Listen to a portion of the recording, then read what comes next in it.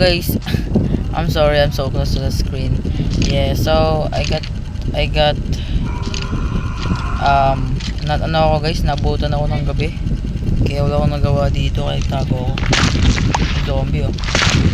Okay, so guys, natapos ko na pala yung stage chamber ko. So kung gusto nyo umuwi na parang ano, nang wala kayong kaibigan, kunyari wala kayong kasama sa world nyo na mag-tool sa inyo, simple lang naman tong stage chamber na to. Ano siya, gumagamit siya ng redstone mechanics na hindi ko alam kung paano. So kung babalikan ng base, ano to guys, napanood ko to sa YouTube tutorial. I don't know, nakalimutan ko yung owner na ito. So ganito lang gagawin ko, magbibilang ako 1 to 5 ay 1 to 4 para magte-teleport ako sa bahay. Andun yung pearl ko. So yeah, tingnan nyo guys, 1 2 3 4. Boom. You see guys, this is the mechanics of the Minecraft.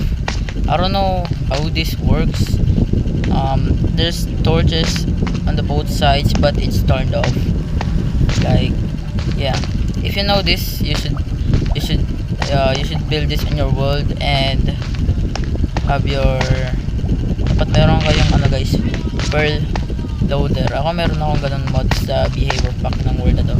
So yeah, ganun lang kasimple guys. At pinakita ko lang sa inyo kung paano to, at marami pa akong gagawin.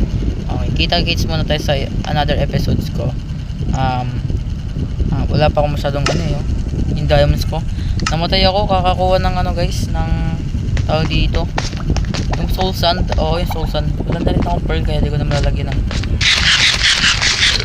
So yun muna guys, and thank you for watching, and see you guys in the next one.